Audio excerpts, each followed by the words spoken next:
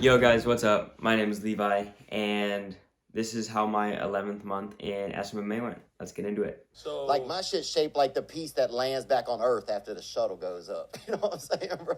All right. May was an interesting month for me because the first half was fully taken up by school stuff. So it was the last 2 weeks of my first year in a university. So I was still in the dorms. I had all my exams to study for and actually take. I was saying bye to and trying to spend time with some friends, but also agency stuff. And then I had girl stuff and then also agency stuff. And agency was almost going broke, and it was just a really hectic time for me. Like, I had no idea what to do, like, no progress could be made.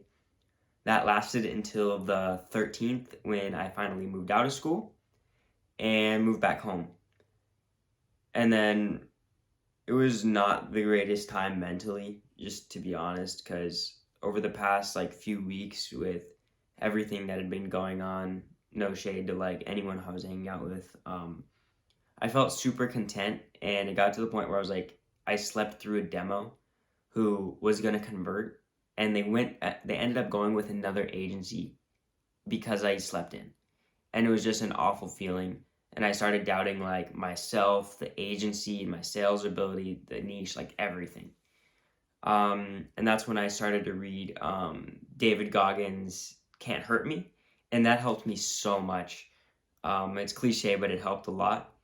And other than making me run 2 half marathons in a week, which was crazy because I'd never run more than 3 miles before, it also kind of got me back into the right mentality, good sleep schedule, eating right, working out more. And my sales confidence was also increasing as I had been to more agency lab calls.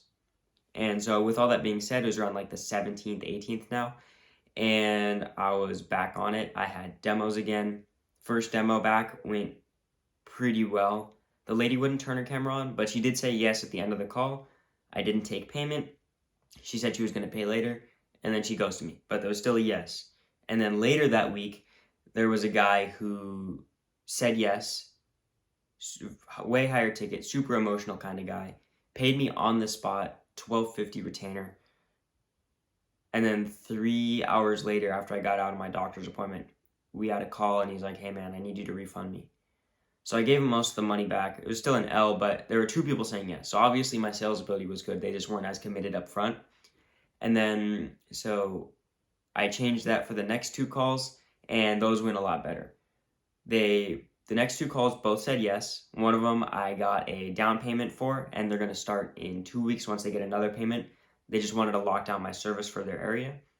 And then the next guy said yes. He was super high ticket. We're going to work really well together. It's the highest ad spend I've ever had, and he's starting in a few weeks as well. I didn't get a down payment, but I got his word, and he's the kind of guy where he's going to stick to it, and he hasn't ghosted me yet, and his assistants are still keeping up and everything, and it's nice.